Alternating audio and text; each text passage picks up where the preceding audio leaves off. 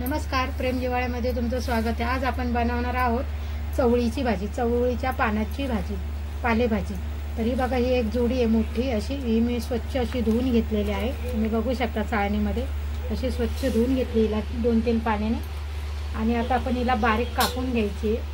मी बारीक याला चिरून घेते।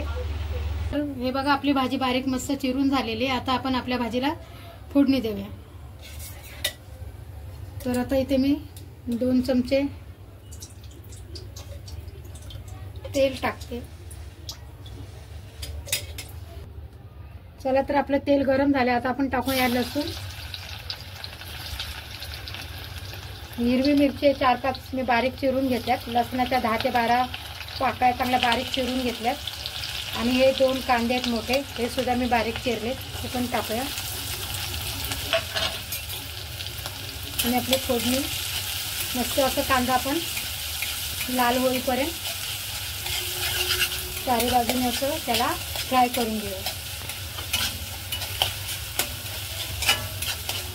आम्ही चवळीच्या भाजीमध्ये राई किंवा जिऱ्याची वगैरे अशी काही फोडणी देत नाही, तर डायरेक्ट लसूण कांदा मिरची अशी भाजी करतो आम्ही, म्हणून मी राई टाकलेली नाही। तुम्हाला जर आवडत असेल तर तुम्ही राई जिऱ्याची फोडणी देऊ शकता, ठीक आहे। 1 चमचा बारीक मीठ आणि थोडीशी हळद, अर्धा चमचा हळद। आता हे चांगलं मिक्स करून घ्यायचे।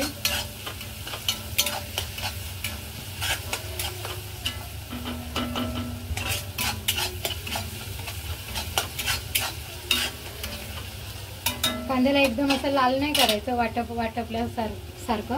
आता आपण याच्यात ही बारीक चिरलेली भाजी टाकून घेऊ। एकदम पटकन आणि झटपट बनणारी ही भाजी आहे, 10 मिनिटात। आणि खायला पण एकदम चविष्ट लागते ही भाजी। फक्त पावसाळ्यातच मिळते, एरवी पण मिळते पण जास्त मिळत नाही, पावसाळ्यात जास्त या पालेभाज्या मिळतात।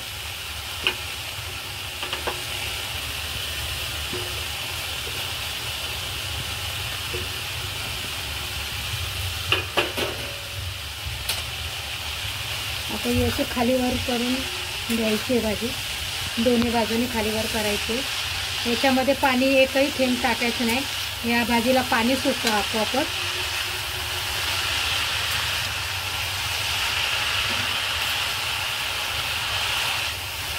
आता हिला आपण 5 मिनिटं अशीच ठेवू।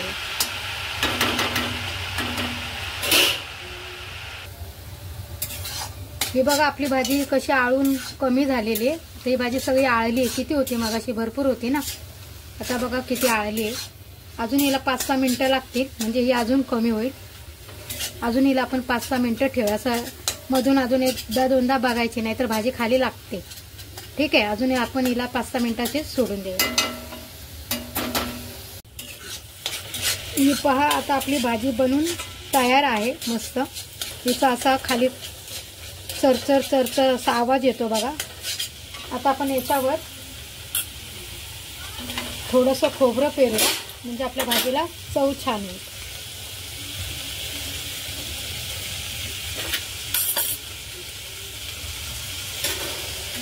आता हे खोबरं पण सगळं मिक्स करून घ्यायचं आहे आणि अजून 1-2 मिनिटं ठेवायची, ठीक आहे। अशा प्रकारे ही आपली भाजी बनून रेडी आहे। अजून 1 ते 2 मिनिटं आपण हिला ठेवूया। हे बघा, आता आपण 1-2 मिनिटं हिला झाले आहेत आणि ही आपली बनून तयार आहे खाण्यासाठी ही आपली भाजी। मी गॅस बंद करते आणि तुम्हाला डिशमध्ये काढून दाखवते।